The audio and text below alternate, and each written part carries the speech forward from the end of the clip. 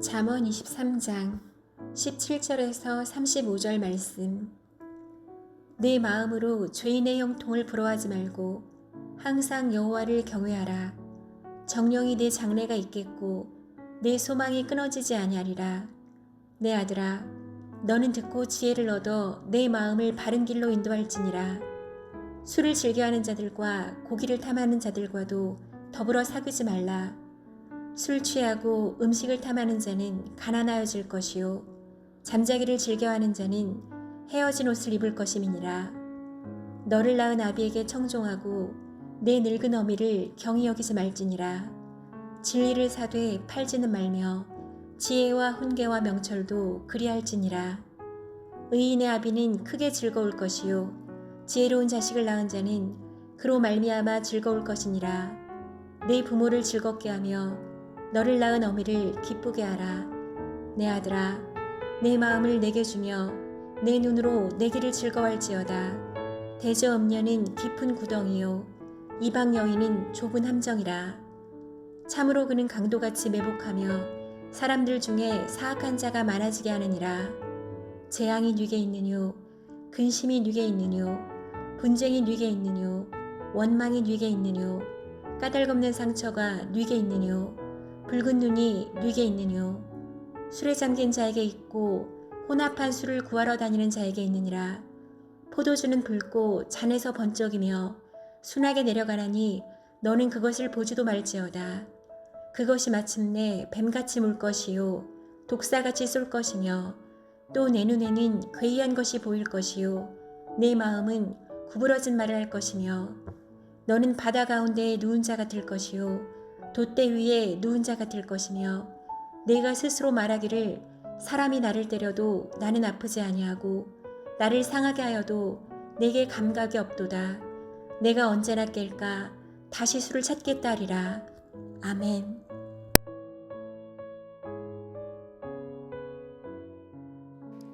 함께 기도하겠습니다. 하나님, 우리에게 주께서 원하시고 주께서 뜻하신 그 마음을 우리에게 허락하여 주시옵소서. 하나님, 그래서 우리가 우리의 마음과 우리의 생각으로 살아가는 것 아니라 온전히 주의 뜻과 주의 마음으로만 살기 원합니다. 이 모든 말씀 예수님 이름으로 기도하였습니다. 아멘. 할렐루야. 우리에게 하나의 마음을 우리에게 주셔서 그 마음으로 살아갈 수 있도록 은혜를 허락하여 주신 우리 하나님의 이름을 높이 찬양합니다. 오늘 우리가 함께 나눌 말씀의 제목은 하나님이 원하시는 마음은, 하나님이 원하시는 마음은 이라고 하는 말씀의 제목입니다. 제가 좋아하는 찬양 가운데 나주님의 기쁨 되기 원하네 라고 하는 찬양이 있습니다. 정말 할 수만 있다면 저의 삶이 하나님의 기쁨이 되고 싶고 또 하나님의 기쁨으로 살고 싶은 아주 간절한 마음이 있습니다. 그러나 사실 이 소망은 비단 저의 소망만이 아니라 많은 우리 믿음의 동역자들께서도 동일한 마음을 또 동일한 간절함을 가지고 계시리라 생각됩니다. 하지만 여기서 우리가 진지하게 고민해야 될 것이 한 가지 있는데, 하나님이 기뻐하시는 것이 과연 무엇인가? 하나님께서 기뻐하시는 것이 무엇인가? 이것에 대한 고민입니다. 분명 우리는 하나님의 기쁨이 되어 가고 싶어하고 또 하나님의 기쁨을 위해 살고 싶지만, 그것이 정말 분명한 사실이지만 때로는 우리도 모르게 하나님의 기쁨으로 살고 싶다고 하지만 실제는 하나님의 기쁨이 아닌 나의 기쁨과 또 우리의 기쁨으로 살아갈 수 있기 때문입니다. 오늘 말씀은 우리가 이미 읽어보아서 아시겠지만 마음이라는 단어가 참 여러 번 반복되어 있고 또 하나님께서 우리 사람에게 원하시는 마음이 어떤 마음인지를 아주 자세하게 설명해 주고 있습니다. 오늘 말씀을 함께 묵상하면서 우리 삶에서 내가 원하는 마음을 하나님께 드리며 살아가는 삶이 아니라 하나님께서 원하시고 하나님께서 기뻐하시는 마음을 또 그 마음으로 살아가는 삶을 우리 모두 하나님께 올려드릴 수 있는 은혜의 삶이 되어 가시기를, 또 그 삶이 우리 삶 가운데 실제로 이루어지시기를 주의 이름으로 축복합니다. 하나님이 원하시는 마음은 첫 번째, 먼저 어제 말씀부터 좀 시작해 보고 싶은데요. 어제 말씀 가운데 15절 말씀 함께 좀 읽고 말씀으로 좀 들어가 보겠습니다. 어제 말씀 중에 15절 말씀입니다. 내 아들아, 만일 내 마음이 지혜로우면 나 곧 내 마음이 즐겁겠고. 아멘. 하나님의 자녀된 우리가 하나님의 마음을 기쁘고 즐겁게 해드릴 수 있는 방법이 등장하는데요, 내 마음, 우리의 마음이 지혜로우면 이라고 먼저 제시하고 있습니다. 우리가 잠언의 말씀을 묵상하면서 계속 여러 번 반복했지만, 잠언에서의 지혜는 우리가 일반적으로 이야기하고 있는, 또 이해되고 있는 세상의 이치나 원리를 깨닫는 것을 의미하는 것이 아니었습니다. 잠언에서의 지혜는 우리를 위해 십자가 지시기 위해 이 땅에 오신 그 예수 그리스도, 그분을 의미하는 것이었습니다.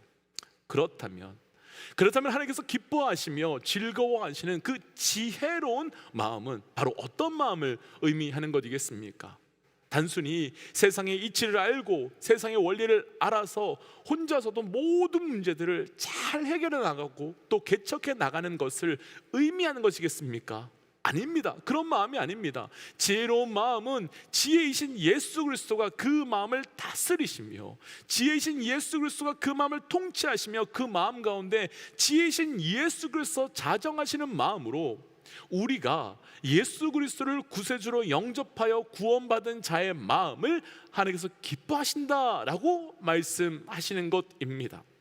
그렇다면 먼저 오늘 말씀의 첫 번째 결론부터 나누면, 하나님께서 원하시는 마음은 지혜이신 예수 그리스도를 영접하여 그분을 우리의 구주로 영접한 마음을 하나님께서 기뻐하신다라고 우리에게 증거하고 계신 겁니다. 먼저 축복하기는 우리 마음으로부터 예수 그리스도를 영접하고 그분의 자녀된 삶, 그래서 우리 하나님이 가장 기뻐하시는 그 구원받은 자녀로서의 살아가는 삶이 우리 삶 가운데 매일매일 계속되어 가며 그 삶으로 살아갈 수 있는 은혜가 있으시기를 주의 이름으로 축복합니다.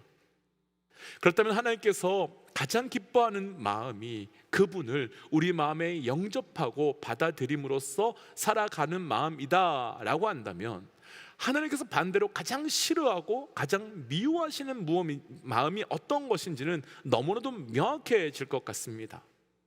누가복음 3장 28절과 29절 말씀을 보시면 예수님께서 사람의 모든 죄와 모든 모독하는 일을 사하여 주지만 단 한 가지, 성령을 모독하는 것은 절대로 영원히 사하심을 받지 못한다, 그렇게 말씀하고 계신 걸 볼 수 있습니다. 그러니까 성령을 모독하는 죄는 영원한 죄로 영원히 용서받지 못하게 될 것이다 라고 말씀하고 있는 거죠. 사실 저에게 이 말씀은 과거에 참 무섭고도 공포스러운 말씀이었었습니다. 어렸을 때 교회에서 부흥회를 했었던 기억이 있는데요, 아마도 어렸을 때 기억나시겠지만 이상하게도 그때 부흥사 목사님들께서는 하얀 양복에 하얀 구두 그리고 빨간색 넥타이를 매시고 목소리도 아주 무겁고 갈라져 있으면서 그렇게 무서운 목소리로 설교하시는 분들이 참 많이 있으셨습니다. 저희 고향 교회에도 그런 부흥사 목사님께서 한번 오셔서 설교를 하신 적이 있었었는데요, 한 권사님께서 목사님께서 마시는 물이 떨어져서 물을 뜨기 위해서 살짝 일어나서 뒤로 나가고 계신 중이었습니다. 그런데 갑자기 부흥사 목사님께서 소리를 버럭 지르시면서 그 권사님께 화를 내시는 거예요. 그러면서 하시는 말씀이, 설교 시간에 하나님께서 말씀하고 계신데 어떻게 움직일 수 있느냐면서, 성령을 회방하면 용서받을 수 없는데 어떻게 예배를 방해하며 성령을 방해하느냐라고 화를 내신 적이 있었습니다. 그때가 언제인지 정확하게 기억나지 않지만 제가 초등학생 정도로 아주 어렸을 텐데요, 그 모습이 너무나도 저에게 강하게 남아있어서 이 말씀이 저에게는 너무 두렵고 공포처럼 느껴지는 말씀이었습니다. 그러나 목회자가 되고 말씀을 공부하고 또 설교자가 되어서 말씀을 연구하면서 이 말씀이 그런 말씀이 아니라는 것, 그런 말씀이 전혀 아니라는 것, 성령을 회방하는 죄, 그래서 영원히 용서받지 못하는 죄는 앞서 말씀드렸던 그런 것이 아니라 우리가 예수 그리스도를 영접하지 않는 죄를 뜻하는 것입니다. 그것이 왜 성령을 회방하는 죄이겠습니까? 하나님께서는 보혜사 성령을 통해서 우리가 얼마나 죄인인지 알게 하시고 그 십자가 보혈 없이는 살 수 없는 존재임을 성령님을 통하여 고백하게 하시는데, 우리가 성령님의 그 거룩한 초대를 거부하면서 그것이 성령을 회방하는 죄가 되는 것이고, 성령을 통해 하나님을 영접하지 않으면 구원받을 수 없으니 영원한 죄인으로 남을 수밖에 없음을 말씀하시는 말씀이 바로 누가복음 3장 28절과 29절의 예수님 말씀이셨던 겁니다. 그럼 이런 관점으로 본다면 우리 인간의 삶은요, 딱 두 가지밖에 없음을 알 수 있을 것 같습니다. 우리의 마음에 그분을 영접하여서 그분을 기쁘시게 하는 삶이 되거나, 혹은 반대로 우리 마음에 그분이 들어오시고 오시려고 하시는 걸 거절함으로 하나님을 슬프시게 하는 마음이 되거나, 그 어디 중간지점이 있는 것이 아닙니다. 둘 중에 하나밖에는 없습니다. 그래서 오늘 말씀을 통해서 우리 모든 믿음의 동역자들에게 도전하기는, 우리 마음을 오직 그 지혜신 예수 그리스도께 영접하고 드림을 통해 우리의 삶이 하나님이 원하시는 기뻐하는 삶이 되어 가시기를, 그 사람의 기쁨 올려드릴 수 있는 삶이 되어 가시기를 주의 이름으로 축복합니다. 두 번째, 하나님이 원하시는 마음은 26절 말씀 함께 좀 읽어보겠습니다. 26절입니다. 내 아들아, 내 마음을 내게 주며 내 눈으로 내 길을 즐거워할지어다. 아멘. 첫 번째, 하나님이 원하시는 마음이 우리의 마음을 그분께 드림으로 구원받는 삶이라고 한다면, 두 번째 하나님께서 기뻐하시는 원하시는 마음은 26절 초반부 말씀에 나오는 내 마음을 내게 주며 라고 하는 말씀으로, 하나님이 원하시는 마음 두 번째는 바로 우리의 마음을 하나님께 드리는 마음을 하나님께서는 기뻐하신다는 겁니다. 그럼 우리 마음을 하나님께 드린다라고 하는 것은 어떤 삶을 의미하는 것이겠습니까? 결론부터 이야기하면 우리 마음의 방향과 우리 마음의 우선순위가 완전히 하나님께로 향하여 있는 것을 의미하는 것이죠. 우리가 자주 언급하는 부자 청년으로 이 말씀을 조금 더 구체화해 보고 싶습니다. 부자 청년을 말씀에서 보았듯이 스스로도 말씀을 완전하게 지켰다 할 정도로 자기의 삶을 다 하나님께 드린 것처럼 보이는 삶이었습니다. 그래서 부자 청년은 예수님께 와서 내가 어떻게 더 해야만 영생을 얻을 수 있습니까? 라고 질문을 하지요. 그때 예수님께서는 부자 청년에게 너가 가진 것을 다 팔아서 가난한 자들에게 주고 그리고 나를 따라와라 라고 말씀하셨습니다. 그 말씀을 들었던 부자 청년은 고민하게 되었고, 그 말씀의 결론을 다 알듯이 결국 부자 청년은 예수님을 따라가지 못했습니다. 왜 따라가지 못했겠습니까? 분명하게도 그 삶의 우선순위가 하나님이 아니라 돈이었고, 그 삶의 우선순위가 하나님이 아니라 나 자신이었기 때문이었습니다. 분명 그가 하나님을 사랑한 것은 진심이었을 것 같습니다. 그리고 말씀대로 살기 위하여 몸부림치며 살았던 것도 진심이었을 것 같습니다. 그러나 그의 삶의 우선순위와 모든 방향은 하나님이 아니라 내가 가진 재물이었고 나 자신이었기에 하나님께 그것을 드릴 수 없었고, 아니 드리지 않았고, 그것 때문에 하나님을, 예수님을 포기하게 됩니다. 우리 또한 이렇게 살 수 있습니다. 분명 우리 마음에 그분을 영접했고 그분의 구원의 은혜를 누리며 살고 있습니다. 그러나 그럼에도 불구하고 여전히 우리의 마음의 우선순위가 우리 자신이며 우리가 가진 무엇일 수 있습니다. 그런 상황 가운데 이제 우리가 해야 될 것은 우리 삶의 우선순위의 전환, 우리 삶의 우선순위의 변화를 통해서 우리의 마음을 하나님께 드림으로, 하나님이 원하시는 마음으로 살아가야 되는 것이 바로 우리의 삶이 되는 것입니다. 그래서 도전하기는 우리의 삶의 마음을 하나님께 드림으로 하나님이 원하시는 마음으로 살아갈 수 있는 영적 은혜가 저를 비롯한 우리 모든 믿음의 동역자들에게 반드시 오늘부터 시작되시기를 주의 이름으로 축복합니다. 오늘 말씀에서 마지막으로 나누고 싶은 한 가지가 더 있는데요, 하나님이 원하시는 마음은 27절부터 28절입니다. 27, 28입니다. 대저 음녀는 깊은 구덩이요 이방 여인은 좁은 함정이라. 참으로 그는 강도같이 매복하며 사람들 중에 사악한 자가 많아지게 하느니라. 아멘. 음녀는 깊은 구덩이며 이방 여인은 좁은 함정이고 또 매복하는 강도 같은 자가 있을 것이다 라고 말하고 있지요. 그럼 이런 말씀을 하시는 이유가 무엇이겠습니까? 음녀나 이방 여인 그리고 강도의 공통점이 하나 있습니다. 그것은 한 사람을 망하게 하고 한 사람을 무너지게 하는 존재들로, 음녀는 하나님께서 허락하신 가정을 깨는 존재이고 이방 여인은 하나님께서 세워두셨던 거룩의 경계, 거룩한 나라를 오염시키는 존재입니다. 또 강도는 하나님께서 주신 것을 빼앗아가는 존재입니다. 그럼 우리가 이런 존재들로부터 우리의 마음을 어떻게 해야 하겠습니까? 이런 존재들이 우리의 마음에 들어와 우리의 마음을 무너지게 하고 깨트리고 오염시키지 못하도록 우리 마음을 지키고 보호해야 되는 겁니다. 그럼 앞에서 나눈 말씀을 순서대로 우리가 한번 해본다면요, 우리가 지혜이신 예수 그리스도를 영접했습니다. 그리고 그 영접함으로 우리의 마음의 우선순위를 완전히 하나님께 드림으로 모든 방향과 우선순위를 주께 향하였습니다. 그런데 그때 사단은 끊임없이 우리 마음을 무너뜨리고 깨뜨리고 오염시키기 위해서 음녀, 이방 여인, 강도 같은 존재들을 우리에게 끊임없이 넣어서 계속해서 우리의 마음을 무너뜨리고 깨뜨리고 흔든다는 겁니다. 그리고 그렇게 공격하고 흔드는 가장 본질적인 이유는 우리의 마음이 하나님이 원하시는 기쁨이 되는 마음이 되지 못하도록 우리의 마음을 깨는 거지요.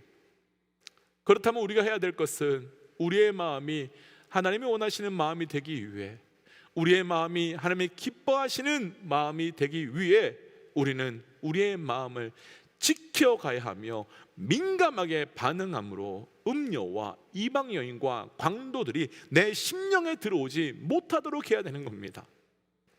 아마도 다들 동의하시겠지만 우리의 집에 음녀와 이방 여인과 강도가 오늘 우리 집에 들어왔다면 어떻게 하시겠습니까? 간단하게 그냥 대충 이렇게 나가라고 하는 분들 없을 겁니다. 아마도 할 수 있는 대로 가장 긴급하게 가장 강력하게 반응할 것이며 경찰을 부르거나 할 수 있는 대로 최선을 다해서 막아내려고 할 것입니다. 그렇다면 우리 육체의 집뿐만 아니라 우리의 영적 집도 그렇게 지켜야 하고, 그렇게 지켜나갈 때 우리의 마음은 하나님이 원하시는 마음으로 하나하나 세워져 나아가게 되는 겁니다. 사랑하는 믿음의 동역자 여러분, 하나님께서 주시는 마음으로 우리가 세워져 가기 위하여 우리의 마음을 지키셔야 됩니다. 우리의 마음을 보호하셔야 합니다.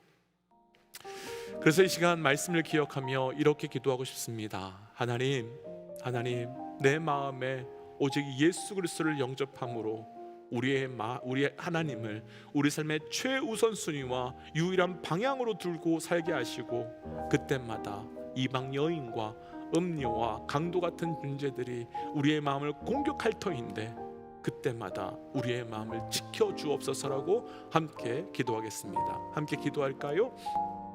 하나님, 오늘 주셨던 말씀을 붙들고 기도하며 나아갑니다. 하나님, 우리의 마음을 온전히 지켜주시고 우리의 마음을 붙들어 주시옵소서. 하나님께서 그 모든 우리의 마음을 깨뜨리지 못하도록 지켜주시고, 그래서 하나님 온전히 주의 마음을 붙들고 하나님 기뻐하시는 마음으로 살아갈 수 있도록 동행하여 주시옵소서. 그 마음을 위로하시고 그 마음을 부어주시고 그 마음을 공급하여 주시옵소서. 하나님, 우리의 마음이 하나님께서 기뻐하시는 마음 되어가기를 원합니다. 주님을 온전히 영접하게 하시고 주님이 온전히 우리 마음의 주인 되게 하시고, 그 마음을 깨뜨리지 못하도록 하나님, 우리가 음녀와 이방 여인과 강도들이 들어오지 못하도록 우리의 마음을 지켜가는 자 되게 하여 주시옵소서. 그래서 하나님, 오늘이 하나님 기뻐하시는 그 마음으로 살아가길 원합니다. 이 모든 말씀 예수님 이름으로 기도하였습니다. 아멘. 사랑하는 믿음의 동역자 여러분, 하나님께서 기뻐하시는 그 마음으로 우리 모두 다 살아갈 수 있으시기를 주의 이름으로 축복합니다. 함께 선포하고 또 삶의 자리로 기도의 자리로 나아가지요. 함께 선포하겠습니다. 하나님은 살아계십니다. 아멘. 승리하십시오. 함께 기도하겠습니다.